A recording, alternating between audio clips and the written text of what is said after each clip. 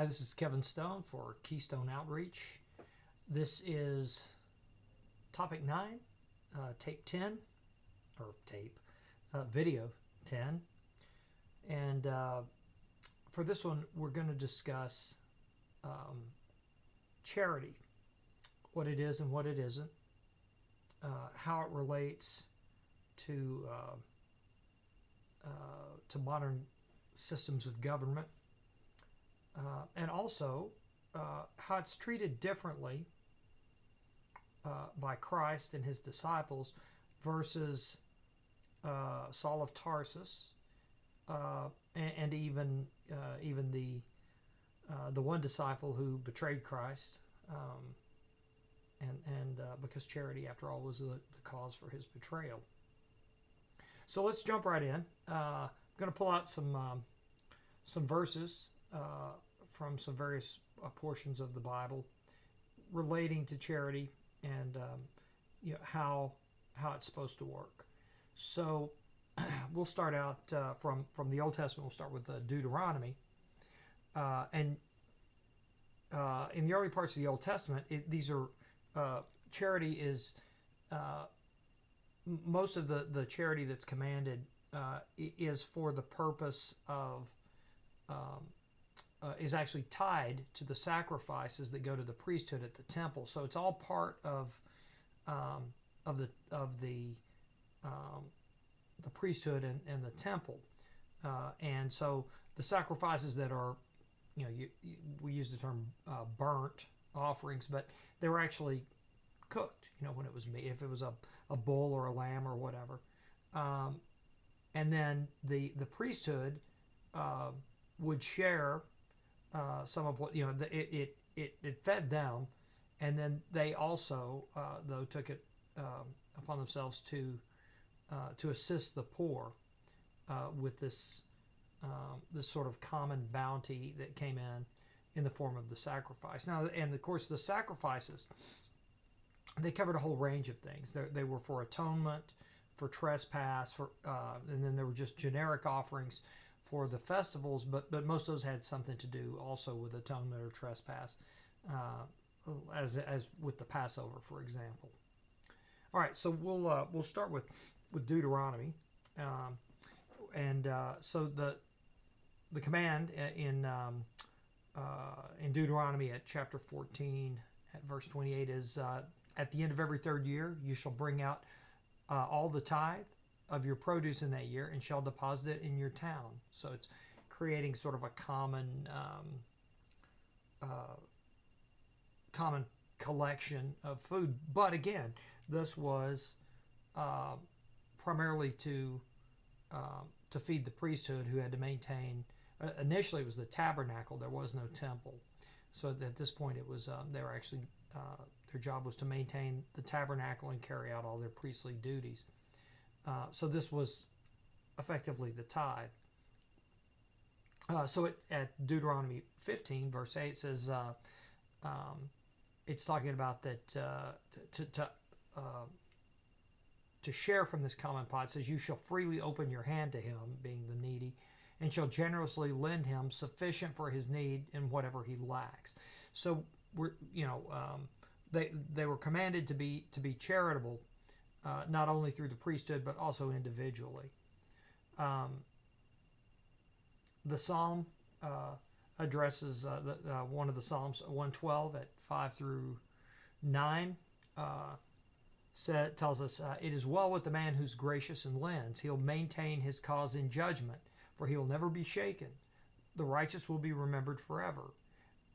He will not fear evil tidings. His heart is steadfast, trusting in the Lord. Now, granted, Psalms are not prophecy, or it's they're writings attributed to Solomon. Nevertheless, we see that charity is a virtue, and it's also talking about. It says he who is gracious and lends. It's not because in that day usury was forbidden. So if you were lending money, it was not for profit. You didn't have your money to use while it was loaned out, and when it came back to you, it came back to you at exactly the same amount you loaned it out for. So you were, that was charity.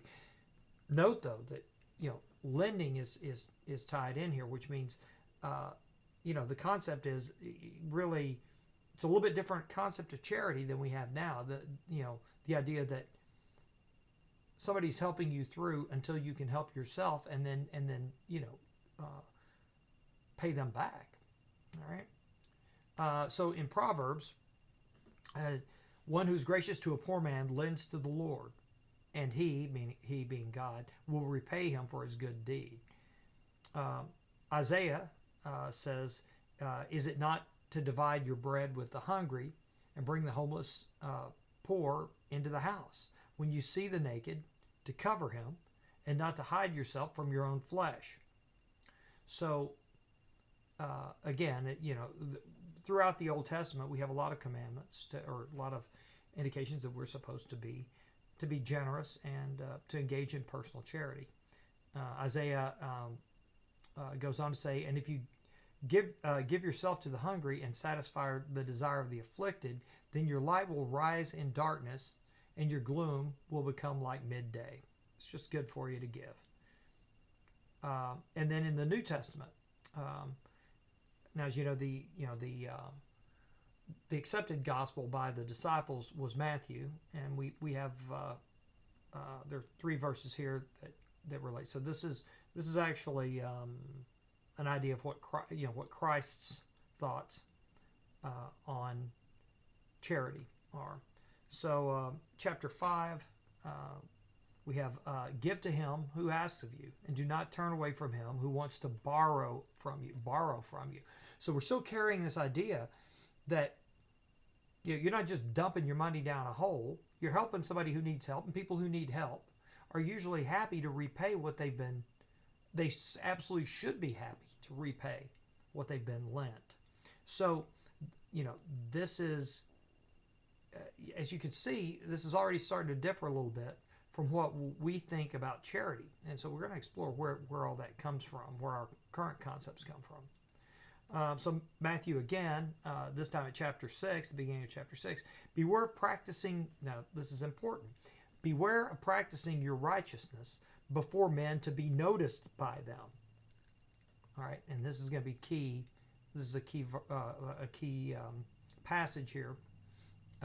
It's actually written as 4 verses. It's all, as you know, I hate the whole chapter verse thing because these are entire paragraphs, right, that are all interrelated. So anyway, it says, beware of practicing your righteousness before men to be noticed by them. Otherwise, you have no reward with your Father who's in heaven. So when you give to the poor, do not sound a trumpet before you, as the hypocrites do in the synagogues and in the streets, so that they may be honored by men. Truly I say to you, they have their full reward, which is their boastfulness, or puffing themselves up as being so wonderful. It says, but when you give to the poor, do not let your left hand know what your right hand is doing.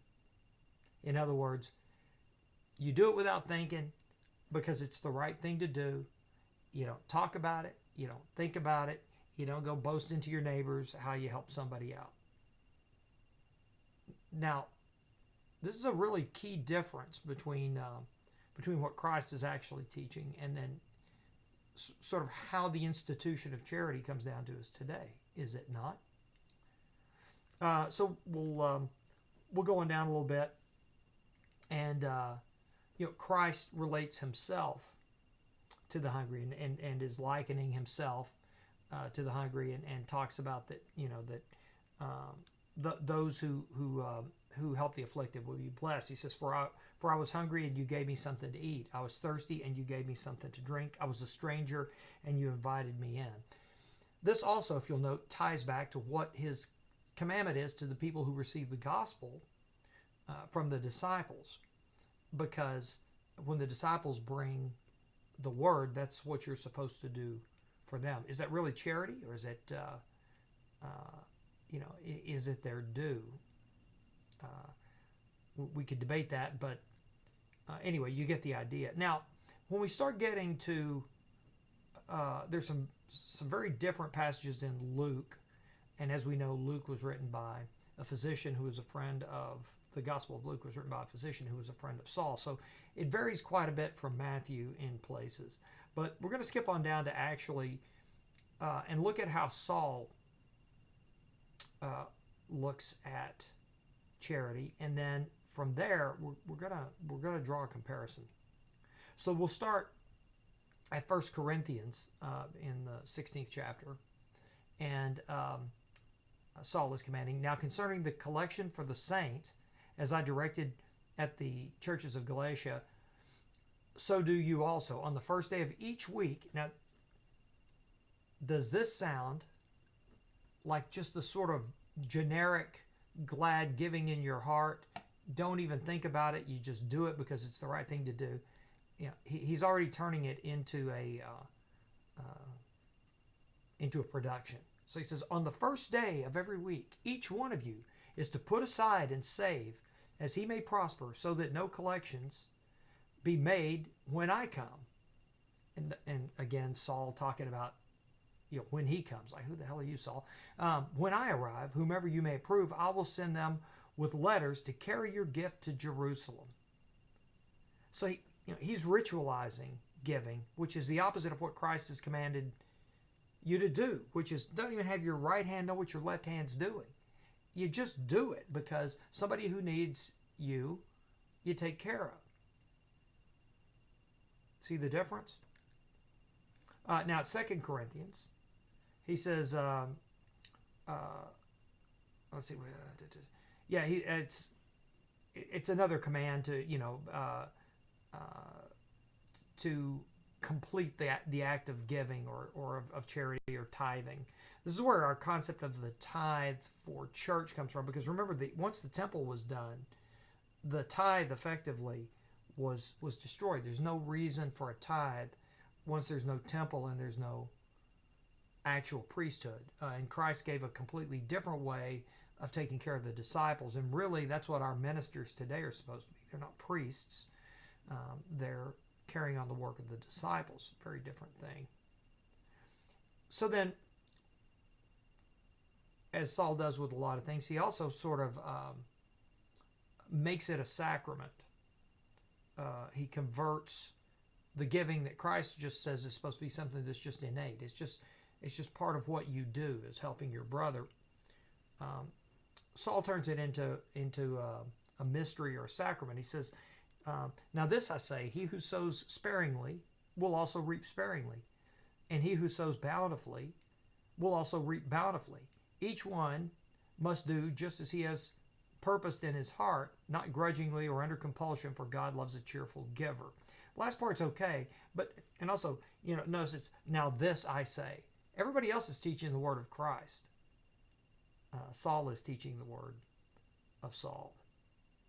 And then he also, remember that what Christ said about that you don't tell him, you don't boast about your giving, right?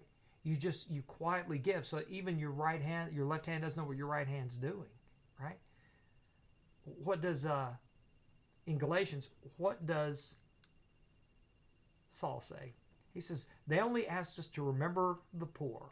The very thing I also was eager to do.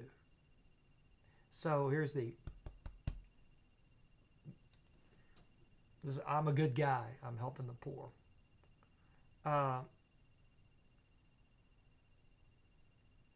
That's about it for Saul's stuff. But, what I want to draw your attention back to here is we have to remember that the Pharisees, and we're going to take this in another direction here shortly, but the Pharisees had already converted charity into sort of a ritual sacrament, a justification for their existence, through a system called Corban. And it wasn't only the Pharisees who practiced this system, but the Romans, the pagans did as well. If you're familiar with the term bread and circuses, bread and circuses, it refers to basically the Roman social welfare system. The state provided free entertainment at the Colosseum, the circuses, and they operated in every city, every town of every province. They operated mills and bakeries to provide free bread. If you were a Roman citizen, you had a right to free food, free bread, if you needed it.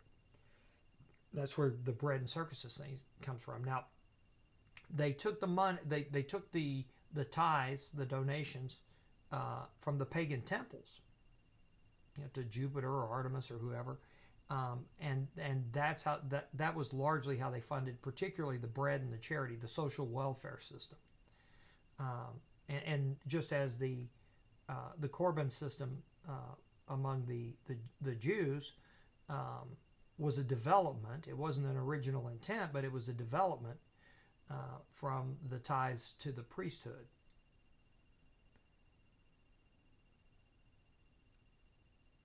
So for Christ, it's something that because you're good and you love your fellow man, you help them out when you need it. The ritual charity, the societal construct is something that Christ, and we'll get to this. I haven't touched on this passage yet from Mark, but that Christ was disdainful of it. So, but let's touch on Judas Iscariot. How many of you remember why it was that Judas betrayed Christ? What was the little incident that we're told of just before the betrayal? And we're told that it did not sit well with Judas. It was the incident with the oil of spikenard, when the woman who's not named washes Christ's feet with this expensive anointing oil. And what did Judas have to say about it? Judas was not happy. He thought, and he expressed, because he had kind of come from that tradition that a big part of what made him righteous was this. He had an extreme interest in taking care of the poor, and he was upset because this expensive oil of spikenard was, in his view, wasted on Christ, which tells you that his regard for Christ was not what it should have been. He apparently didn't really hold Christ to be who he was. Had he would have understood that there was a sacrifice coming. Everybody knew what was going to happen to the Messiah. But rather than appreciate that and give him his due, he got angry because the oil of spikenard was not sold for alms for the poor. So he went and turned Christ in. And they gave him a bag of silver. Now, he didn't want that bag of silver for himself. He wanted to give it to the poor. So he went and dumped the silver and then went and hung himself.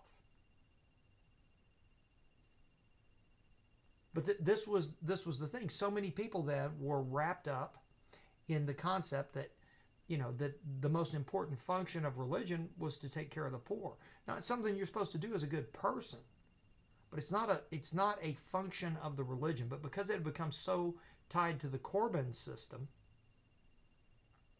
people thought of it as an indivisible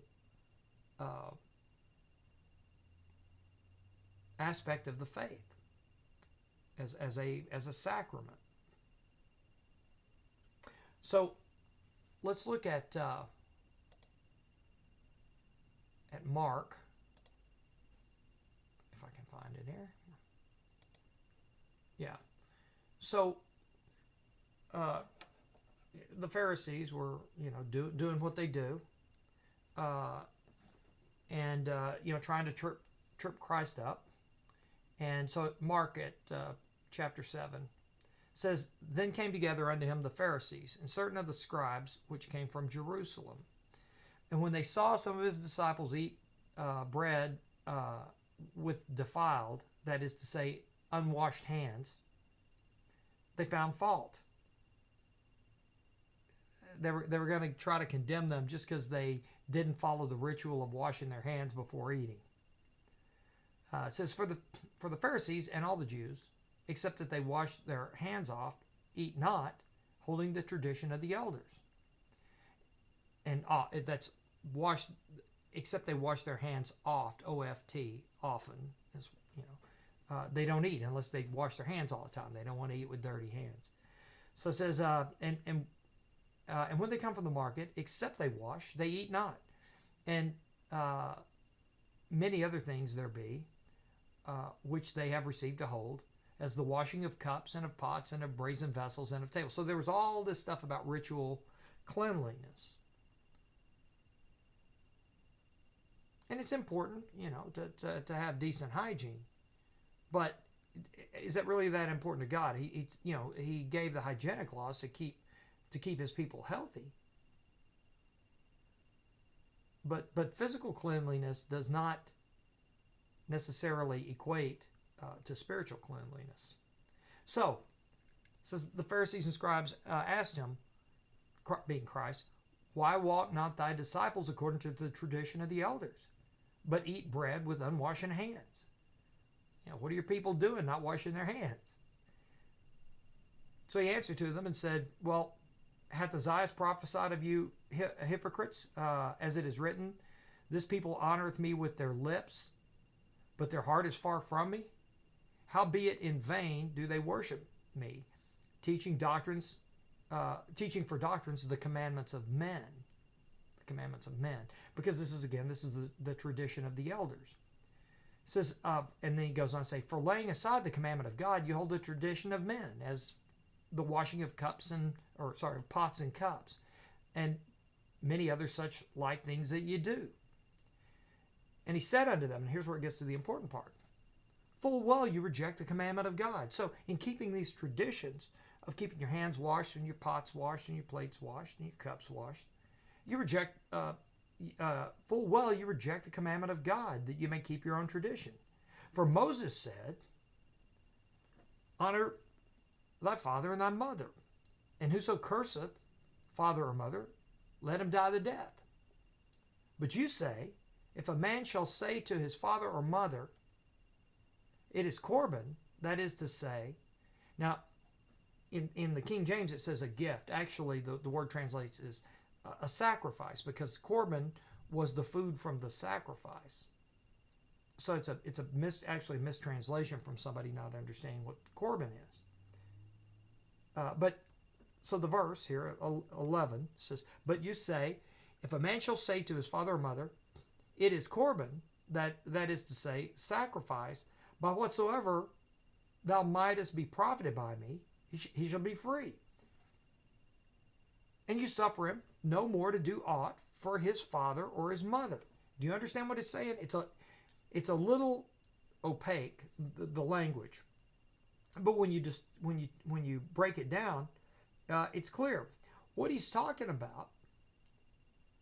And let me read the rest of it. So he says, and you suffer him no more to do aught for his father or mother, making the word of God of none effect through your tradition, which you have delivered, and many such like things do ye. So what he's saying is, you have all these traditions. One of the traditions is feeding the poor through the Corban, through the sacrifice. This is a social welfare system, and particularly in Rome it was. And trust me, I want to tell you, the Pharisees were carrying out, they considered it to be, it was a tradition that was predicated in the original temple services, but was not actually a commanded part of it. It was a tradition. And so what he's talking about here is people who have been commanded to honor their father and mother, means take care of them in their old age. And what he's saying is that by these Pharisees creating this tradition where you don't worry about your elderly, the Corban system will take care of them. It's what the Romans did as well. They pass their old off. You get old past a certain point. Your kids don't feed you. You go down to get the free Roman bread. Well, the Jews were doing the same thing with their system of Corban. Do you understand what I'm just saying here? Christ is decrying these scribes and Pharisees for holding it against him that his disciples doing their work and having traveled and labored, and they don't have a place to stay and everything, so their hands are dirty and they're eating. They're going to rip them for that. And he's saying, you got all these ridiculous traditions that make void the word of God, basically. The commandment is take care of your poor, take care of your family, take care of your mother and father, and you're passing them off on the welfare system. Corban. Now think about that. So Christ says very little about charity. He says it's good that you take care of me, as you would take care of a person needing food or whatever. But he also says, don't make it. You don't make a tradition or a big deal. You don't blow a trumpet to advertise your charity. Charity is a personal thing. And you don't do it for yourself. You don't do it to make yourself feel good. You do it because it's the right thing to do. Okay? You do it because it's the right thing to do. So what I want to get to, and this is going to be a pretty short video actually, but what I really want to get to is it has become a thing over these last however many election cycles. And you've heard it, I'm sure you've heard it, where one after another, and particularly one party more than the other, keeps wanting to claim that social welfare, the welfare state, is Christian, that is they're doing as Christ. Are they? Not really. Because if your charity is from the system of Corban, and by Corban, or through the system of Corban, you are required to pay that tribute to the temple, to pay that tithe. Or if you're in Rome, it's tribute. You were required. It's like a tax. It's the basis of taxation. So if you're paying a tax to the temple, and then the temple is taking your taxes to feed people, are you engaging in charity? Why are they even having to go to the temple for food? Can't you just feed them? Why? A system of social welfare breaks down one of the most fundamental connections between a people, between a community. And that is the knowledge that you can rely not on a system, but on your neighbor. And likewise with the big public charities, with people that, I'm going to go into charity work. Well, you think that's your left hand not knowing what your right hand is doing? Or is that you blowing a horn and getting your reward by puffing yourself up? If there's one thing, throughout, one of Christ's primary teachings is you do the right things because they're right, not to elevate yourself, like Saul of Tarsus constantly did. Give money to the poor, as I always wish to do. So this is a pretty simple one. Social welfare is not charity. And social welfare, not only is it not what Christ was commanding you to do, Christ has said that it actually causes you to not obey a commandment of God, which is to take care of your elderly, take care of your mother and father. Who do you think he's talking about? What do you think he's talking about? Take care of your mother and father in their old age. They raised you. You take care of them when they're old. Who does that anymore? What do? We dump them on the welfare system, and then we dump them in a nursing home, subsidized by Social Security and welfare system, by Corbin. So that was the Social Security of the day. Corbin, social welfare system. So Christ had no use for it, and says that plainly, that it causes you to lay aside the commandment of God. Lay aside the commandment of God. So, no, social welfare, it's not charity, and it's not what Christ would do. Your charity is between you and your loved ones and people you don't know who need your help. And when it's done that way, it accomplishes other things as well. I mean, you have a right to the fruits of your labors, and you should be smart enough that if you're gonna surrender some of the fruits of your labors to help people out, you should darn well have a pretty good idea of who you're helping, and that you are in fact helping them. And when you do it directly, as a personal thing, taking care of, literally your family and your neighbors. If John's the town drunk, and the money you give him is going for a fifth or some dope, right?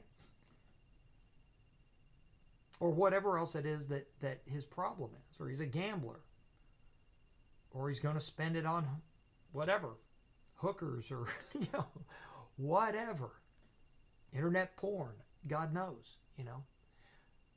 You want to know who it is you're helping. So you help out friends, you help out people from the community. Other people in the community know. You can ask, hey, is this guy worth, should I take care of him? When you hand that over, whether it's to United Way, which supports all sorts of things that you probably don't want to support because it's mainly tied in with the Church of Rome, and I'm not going to get into ripping on the Church of Rome right now, but trust me, if it's the Church of Rome administering it, you're paying for a lot of stuff that you don't want to be paying for there. I mean, your money's going, and then other places that you could get, other charities give to, like, Planned Parenthood. You're giving your money blindly to some charity that's paying for things like, abortion, murder of children. You're fairly safe with something like Salvation Army, fairly safe, but still, how do you know? Who's really controlling where your charity dollars are going? Now, there's also, you're not supposed to advertise it for everybody else to see how magnanimous you are. But the other part of the dynamic is the person that you help, that you choose to help. They know that you helped them, and that creates a bond. It creates a brothership between you and them. You help them when you're down on your luck. They help you, and they owe you anyway. So you and your friends and your loved ones and your neighbors, you help each other when you need to. That's charity, and this other stuff isn't. And we've completely, part of the reason that people just don't give a crap about each other. I was out driving around, we had tornadoes down here, and so some traffic lights were out and stuff. Oh my gosh. There is not, you want to see the brotherly love get just wrung right out of a group of people. Kill the traffic lights for a few miles, where somebody their 15-minute commute becomes a 35 or 40-minute commute. As a society, we're breaking down. We don't care about each other anymore. And the reason is that those things that bring us together, like personal charity, have been interrupted. They've been usurped by corporate organizations that pay, that people make a lot of money. You know, check out the salaries for some of these charitable organizations, these 501c3s. Check out the salaries that their officers and directors get. It's abominable. A lot of these charities, by the time all's said and done, well, look at the Clinton Foundation. What was it? Something like 5% of all the money that goes to it actually goes to charitable works?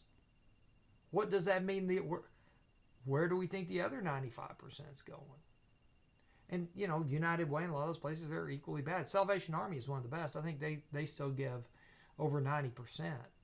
They keep some for administration and stuff, which, if that's what you're going to do, you're going to operate, a charity as a charitable institution. Yeah, you're going to have some administrative costs unless everybody is, as they probably should be, donating their time. But still, there are costs. You have to maintain documentation and stuff. You have to pay. I'm sure they have to pay accountants to say, to keep all the records and stuff so that they can maintain their charitable status. Nevertheless, most of these organizations have usurped a role they were never intended to play, and absolutely the federal government has done so, because when you don't have a choice whether you pay those taxes, and when they increase their handouts and raise the taxes to cover the increased handouts, that's not charity. That's not charity. That's buying votes is what that's doing. Because the people,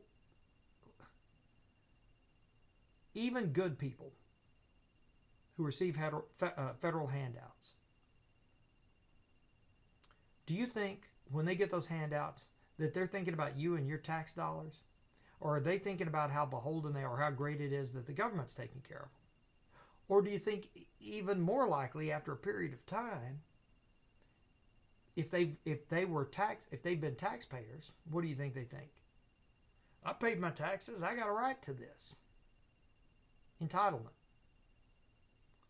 And it goes from somebody who actually has paid as much or more in taxes as they are taking out when their moment of need comes. For every one of those guys, there's 10 people taking out multiples of what they have put in or will ever put in, and still feeling entitled. I pay my taxes.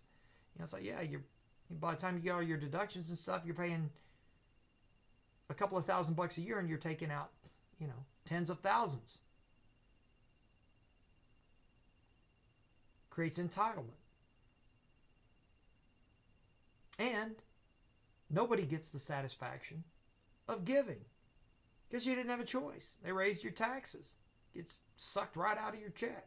And if they don't suck enough out of your check, you better be writing them a check for the balance, or else they're going to come and start taking stuff away from you, or taking additional what do they call it? Anyway, taking it out of your paycheck until they're paid out, till you're paid up.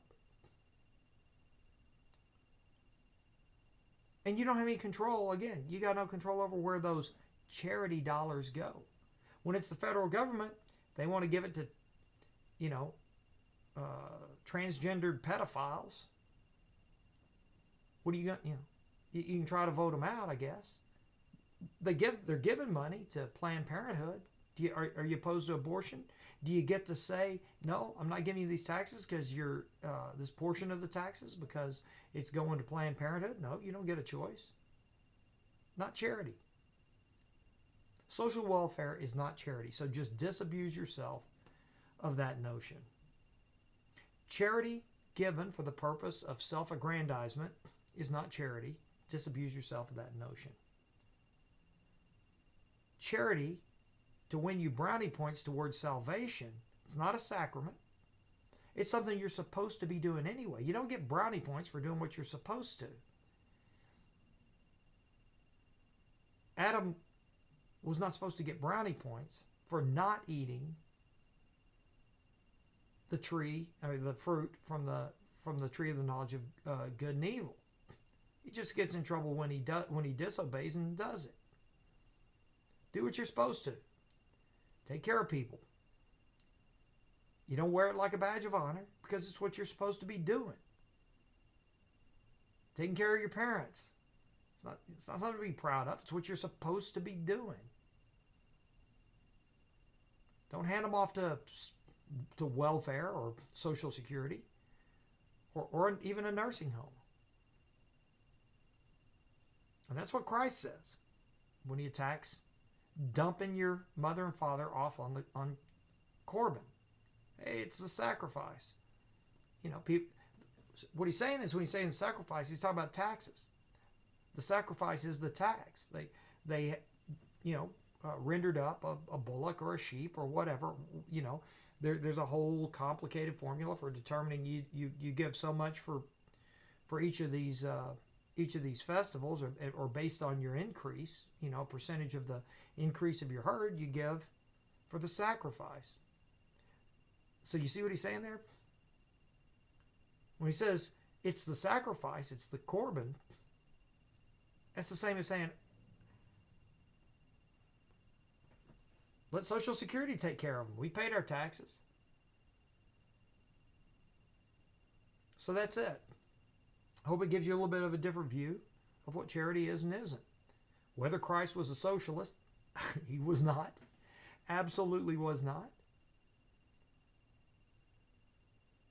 So that's this one. So we'll see, I guess, for the next one, topic 10, video 11.